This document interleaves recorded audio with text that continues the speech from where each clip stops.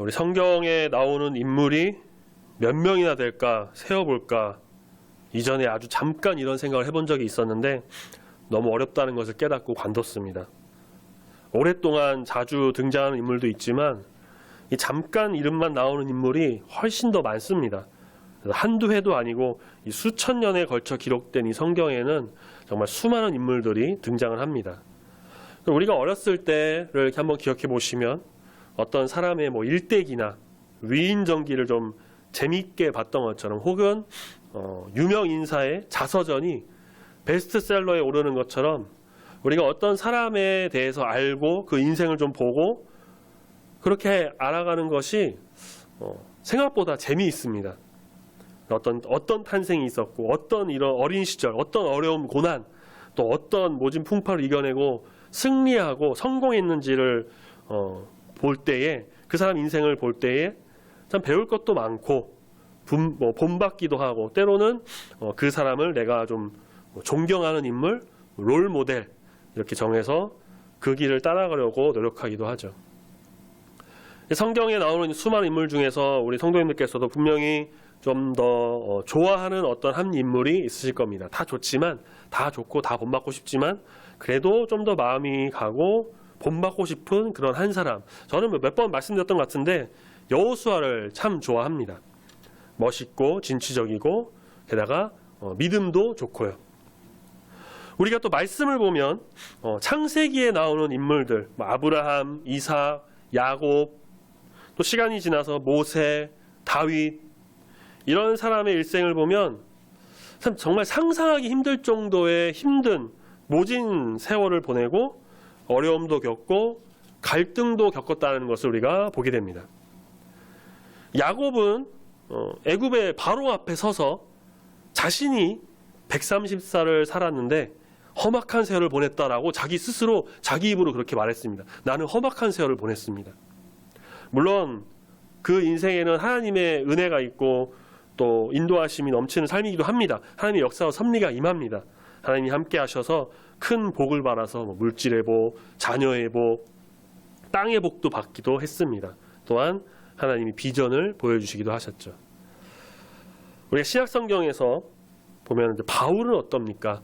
정말 엄청난 주님의 일을 감당하고 교회를 세우고 세 차례에 걸쳐 전도여행을 하고 고린도후서 말씀을 보면 바울이 당했던 그 고난에 대해서 자기가 고백하는데 너무 모진 고난을 당해서 몸도 많이 망가졌습니다.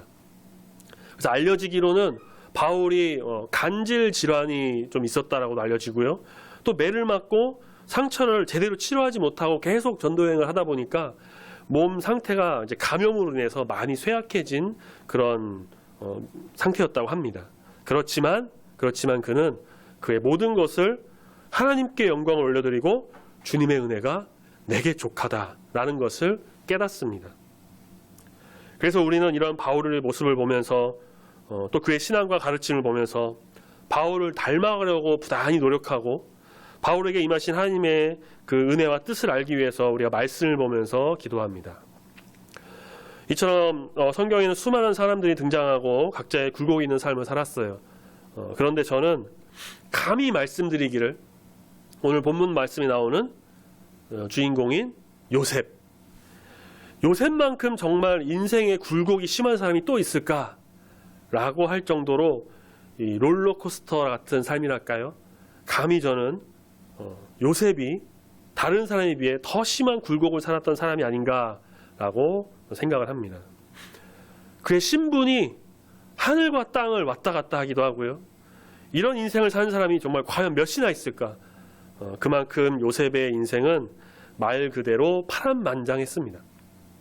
또한 그 가운데 하나님이 역사하셨습니다. 사람의 눈에 보기에는 정말 그저 힘들게 살았구나, 고생했구나, 야 어떻게 견뎠냐, 열심히 했다 이렇게 생각할 수도 있지만 우리 믿음의 사람의 눈으로 봤을 때는 영의 눈을 열어서 봤을 때는 요셉의 인생에서 일하시는 하나님의 역사, 참된 뜻, 인도하심, 은혜 그것을 바라보는 우리가 되어야 할 것입니다. 하나님의 놀라운 계획이 사람의 인생에 담겨져 있습니다. 우리는 그래서 그렇게 요셉의 삶을 보면서 하나님이 함께 하시는 인생이 어떤 인생인지를 오늘 말씀을 통해서 우리가 깊이 깨닫고 알아가는 그래서 주의 은혜가 우리 가운데 온전히 임하는 귀한 이 시간이 되기를 소망합니다. 아멘. 우리가 요셉을 잘 알고 그 내용도 알지만 그래도 요셉의 인생을 아주 간략하게 한번 살펴보면요. 요셉은 야곱의 11번째 아들로 태어났습니다. 어머니는 라헬. 이제 야곱이 삼촌 라반의 집에 가서 이제 딸인 레아 라헬과 결혼했는데 첫째인 레아보다는 라헬을 더 사랑했다고 하죠. 그래서인지 라헬이 낳은 그 아들, 11번째 아들인 요셉을 너무나도 사랑합니다. 요셉 동생이 있어요. 막내 베냐민. 근데 보통 장자를 아끼거나 아니면 완전 막내를 사랑하는데 왜 11번째인 막내를 두고 요셉을 더 사랑했냐? 뭐 정확히 알 수는 없지만 제 생각에는 아마 이 라헬이 베냐민을 낳다가 죽거든요. 그래서 사랑하는 아내를 잃어서 아들을 줬지만 자기가 정말 사랑했던 그 아내를 잃어서 이 베냐민에게 좀 정을 주지 못해서 아마 요셉을 더 사랑하지 않았나 뭐 이렇게 한번 생각을 해봅니다. 어쨌든 요셉은 아버지 야곱의 사랑을 독차지했습니다. 아시는 것처럼 채색 옷을 입었습니다. 장자에게나 주는 채색 옷을 요셉이 입었고요. 그래서 형들의 시기와 질투를 샀습니다.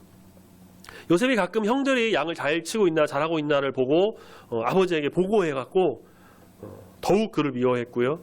꿈 이야기는 말할 것도 없습니다. 결국 사달이 일어납니다. 야곱의 지시로 양을 치러 간 형들이 잘 있는지 보기 위해서 먼 길을 혼자서 간 요셉이 형들에 의해서 옷이 찢기고 구덩이에 던져졌다가 지나가는 상인에게 돈을 주고 팔아 애굽의 노예로 팔려가게 됩니다. 야곱의 그 사랑받던 귀한 아들에서 노예로 전락하게 된 거예요. 한순간에 신분이 떨어지게 됩니다. 그는 애굽의 12대장 보디발의 집에 노예로 갑니다. 요셉은 낙담하지 않고 비록 노예지만 열심히 일했습니다. 요셉이 오자 하나님께서 보디발의 집에 큰 복을 주셔서 보디발이 요셉을 또 좋게 봐서 그 노예 총무, 노예 중에서 가장 높은 노예 임명합니다. 그러던 어느 날 보디발의 아내가 요셉을 유혹합니다. 나랑 같이 자자. 뿌리치고 보디발의 아내 모함으로 오늘 말씀 본 것처럼 결국 감옥에 갇히는 신세가 됩니다. 노예도 낮았는데 또 한 번 더 낮아지는, 더 나락으로 떨어지는 일이 됩니다. 하지만 불행 중 다행이라고 할까요? 오늘 말씀 보니까 왕의 죄수가 갇힌 곳에 그 감옥에 갇혔고요. 요셉은 감옥에서도 열심히 했고 옥중 간수가 요셉을 옥중 사무 전반으로 보는 죄수 중에서 보기 드물게 감옥 총무 역할을 맡깁니다. 이후에 애굽 왕 바로의 그 빵 굽는 관원장, 또 포도주를 맡은 관원장 만나서 꿈 해석해주고 이후에는 바로의 꿈을 해석해줘서 큰 풍년과 흉년을 가운데 이제 나라를 잘 이끌 애굽 총리로 임명됩니다. 신분이 또 갑자기 급상승했죠. 이제 바로는 자신을 빼고는 애굽에서 이제 요셉보다 높은 사람이 없다, 가장 높은 자리에 있다라고까지 이제 선포하고 세상 말로 표현하자면 세상 말입니다. 그걸 표현하자면 좀 인생 역전이 된 요셉입니다. 이런 내용이 우리가 좀 잘 아는 이제 요셉의 인생을 아주 간략하게 한번 살펴본 건데, 그럼 우리가 이제 본문 말씀의 배경이 되는 그 보디발의 집 상황으로 다시 한번 돌아가 보겠습니다. 비록 노예로 왔지만 하나님 경외하고 하나님 믿고 신뢰하고 무엇이든지 정말 성실하게 임했습니다. 그래서 하나님께서 놀라운 복을 요셉을 통해서 보디발의 집에 임하게 하십니다. 보디발 입장에서는 사실 그냥 가볍게 산 노예였을 텐데 완전히 굴러들어온 복덩이였던 것이죠. 보디발은 요셉을 신임합니다. 말씀 보면은 요셉의 용모가 빼어나고 아름다웠다고 합니다. 어리고 잘생겼던 거죠. 보디발의 아내는 그런 요셉을 그냥 두지 않았습니다. 이 여인이 충동적으로 그렇게 한 것일까? 학자들에 의하면 당시 노예는 사람이 아닌 물건 취급을 당했고요. 또 주인의 어떤 성적 놀이개로도 아주 거리낌 없이 사용되었다고 합니다. 그래서 이 여인이 본래 그런 사람이었을 것이고 그런 일을 좀 막 했을 것이고 또 보디발 또한 아내가 그런다는 것을 이전부터 알고 있을 것이었다라고 학자들은 이야기를 하기도 합니다. 그런데 요셉이 그것을 뿌리쳐요. 주인 입장에서는 어떻습니까? 노예 주제에 감히? 주인 말을 듣지 않아? 그래서 요셉에게 누명을 씌웁니다. 자신을 강간하려고 했다. 애굽 법에서 강간하려고 할 때 현행범으로 붙잡히게 되면 그 자리에서 즉시 처형이 가능합니다. 게다가 보디발은 애굽의 시위대장이라는 높은 직책이고 집주인이었어요. 요셉은 애굽인도 아니고 히브리 사람이고 노예에 불과합니다. 말 한마디면 그 자리에서 요셉 죽이는 것 일도 아니었습니다. 그런데 보디발은 요셉을 감옥, 그것도 왕의 죄수가 갇히는 곳에 가둡니다. 19절 말씀 보면은 보디발이 노했다고 하는데 노했음에도 죽이지 않았습니다.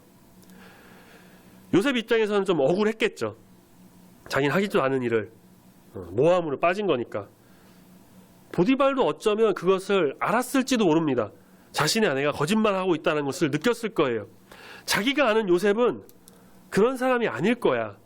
쭉 지켜봐서 알고 있었을 겁니다. 성실하고 착하고 믿을만하고 그가 있으면 집에 복이 오고. 하지만 어떻습니까? 만약에 그런 일이 있었는데도 요셉을 가두지 않거나 어떤 벌을 하지 않으면 자기 체면과 또 지위가 있는 상태에서 눈 감아주면 사람들의 눈과 소문이 있기 때문에 어쩔 수 없이 요셉을 처벌했을 것이라고 봅니다. 죽이지 않고 감옥에 가둔 것을 보면은 그만큼 좀 아꼈던 거고, 또 어떻게 보면 자기 부인보다도 요셉을 더 신뢰했을 수도 있겠죠. 어떤 학자는 이런 이야기도 합니다. 19절에서 보디발이 노한 것은 그의 아내에게 노한 것이다. 또 어떤 학자는 사람들의 이목이 있으니까 요셉 봐줄 수는 없고 그래서 노한 척을 했을 것이다. 뭐 어쨌든 이제 억울한 요셉은 보디발에게 항변할 수 있었을 겁니다. 난 억울합니다. 나 안 그랬어요. 당신의 아내가 나 유혹한 겁니다. 이거 모함입니다. 나를 좀 풀어주십시오. 자신이 비록 노예에 불과하지만 자기를 신뢰하는 보디발이라면 아마도 그 억울함을 좀 풀어주지 않을까, 어떤 조치를 해주지 않을까 하여 그렇게 항변했을 수도 있을 겁니다. 그런데 우리가 말씀을 보면 어떻습니까? 요셉은 침묵합니다. 가만히 있어요. 성경 말씀 보면 별다른 저항도 변명도 하지 않습니다. 억울했을 텐데 침묵합니다. 억울하지만 가만히 있습니다. 어차피 노예의 말 들어주지도 않고 그러니까 라고 생각하며 체념했던 것일까요? 이것이 바로 요셉의 신앙입니다. 몇 년 전에 우연히 한 동영상을 본 적이 있는데 어떤 교수님께서 말씀을 전하신 영상인데 그 제목이 요셉의 침묵이었어요. 이 내용을 좀 인용해서 말씀드리겠습니다. 능동태와 수동태가 있습니다. 능동태는 자기가 직접 하는 것이고요. 수동태는 남에 의해서 하게 되는 겁니다. 요셉은 보디발 아내에 의해 모함받고 감옥에 갇히게 되는 순간 능동태가 아니라 수동태로 있었습니다. 자기가 나서서 막 변호하고 항변하고 억울함을 말하고 보디발의 아내가 다 그랬다 다 까발리고 그렇게 할 수도 있었는데, 자신을 믿는 보디발에게 이야기를 다 할 수도 있었는데 그런 모함을 받은 억울한 상황에서 요셉이 침묵합니다.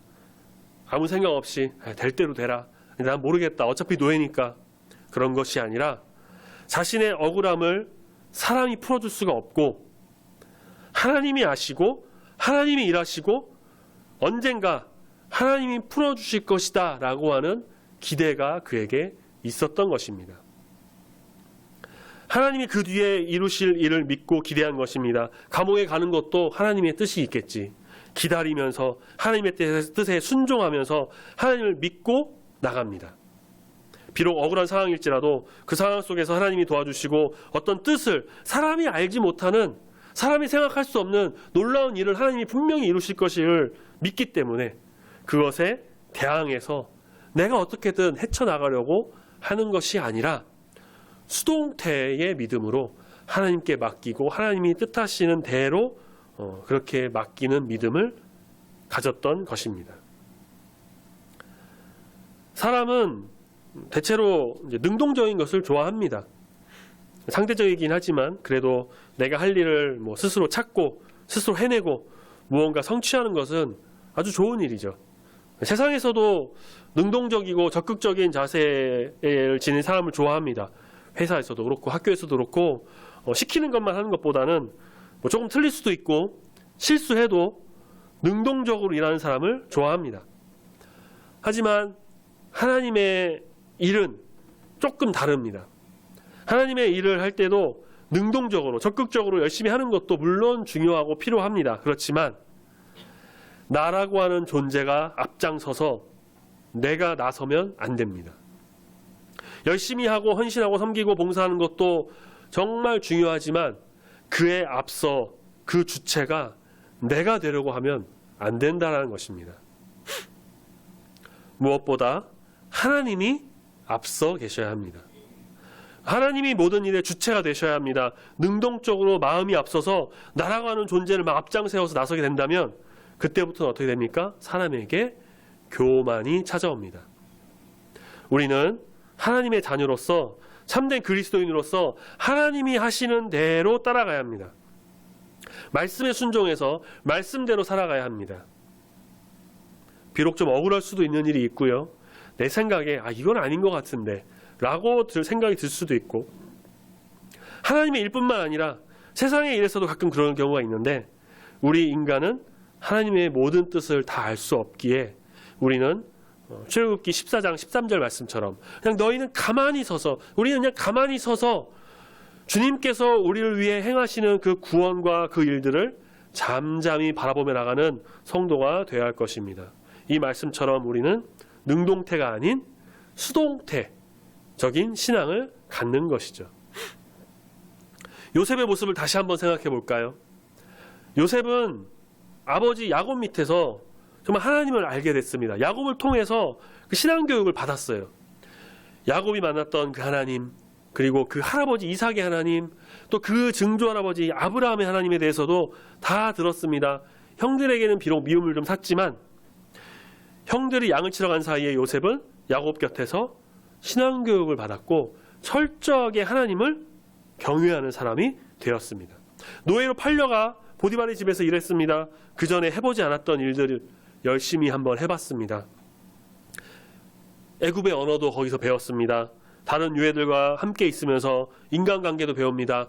이런 일, 저런 일들 처리하면서 총무로서의 역량도 발휘하고 다른 노예들 관리하면서 좀 어떤 상담하는 일도 아마 했을 것이고요. 경제도 배우고 어쩌면 보디발 보면서 윗사람 눈치 보는 것도 아마 배웠을지 모릅니다. 누명 쓰고 감옥에 갑니다. 거기는 왕의 제수가 갇힌 곳이었습니다. 왕과 가까이 있었던 사람들 만나면서 애굽의 정치를 듣습니다. 나라가 어떻게 흘러가는지를 보고 배웁니다. 귀족층 사회 문화 배웁니다. 궁중에서 쓰는 고급 언어도 배웁니다. 억울하기도 하고 이거 아닌 것 같고 왜 나한테 이런 일이 일어나나 불평과 좌절할 수도 있는데 참고 기다리고 침묵하고 순종하니까 거기에는 결국 모두 다 하나님의 뜻이 있었던 것입니다.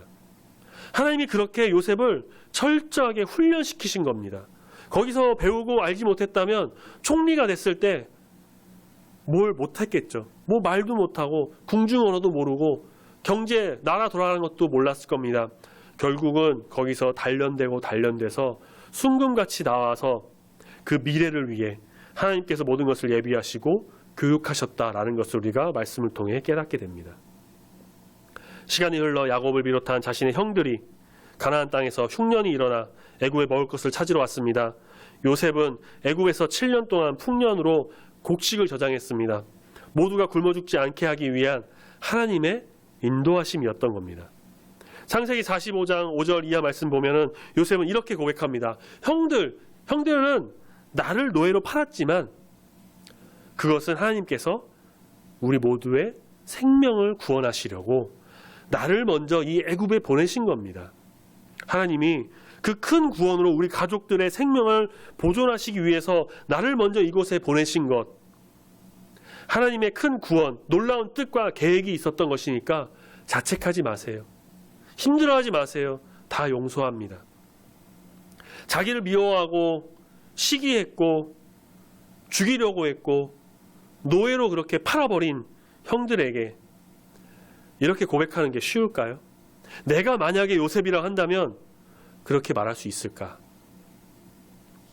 그만큼 요셉은 가족을 사랑했고 또 하나님의 뜻과 계획을 온전히 기대했으며 하나님께서 그 하실 일을 자기를 통해서 이루실 것이다 라고 하는 확신과 믿음이 있었습니다. 그렇기 때문에 그는 그 어려움 속에서도 자기가 무엇을 해내려고 하지 않고 해결하려고 하지도 않고 앞으로 나서서 하기보다는 그저 하나님 하시는 일에 침묵하고 감옥에 끌려가고 뭐하고 하더라도 침묵하고 가만히 있었던 겁니다. 능동태가 아닌 수동태의 믿음으로 갈 때 하나님께서 함께 하셔서 하나님께서 일을 하셨던 것입니다. 그런데 우리가 신앙생활은 모두가 다 이렇게 수동태로 하는 것만은 아닙니다. 우리가 능동태, 적극적으로 해야 할 것도 분명히 있습니다.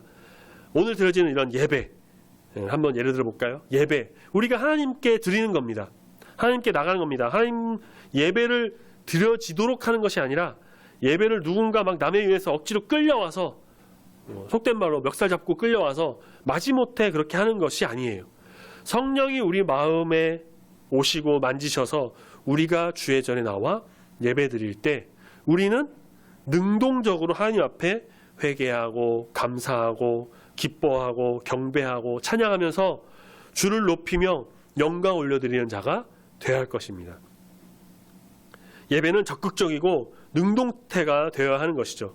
그 밖에 헌신, 섬김, 봉사 등등 앞서 말씀드렸던 것들 내가 주체가 되지 않고 내 의를 드러내지 않는 한에서 우리는 열심을 다해서 정말 능동적으로 해야만 합니다.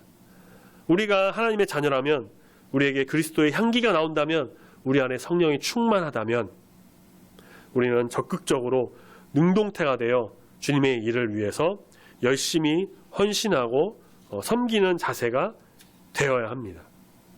하나님 앞에 나의 아무런 모습을 보이지 않고 무조건 간구하면서 막 달라고만 하면서 그럼 좀 이기적인 모습이 되겠죠?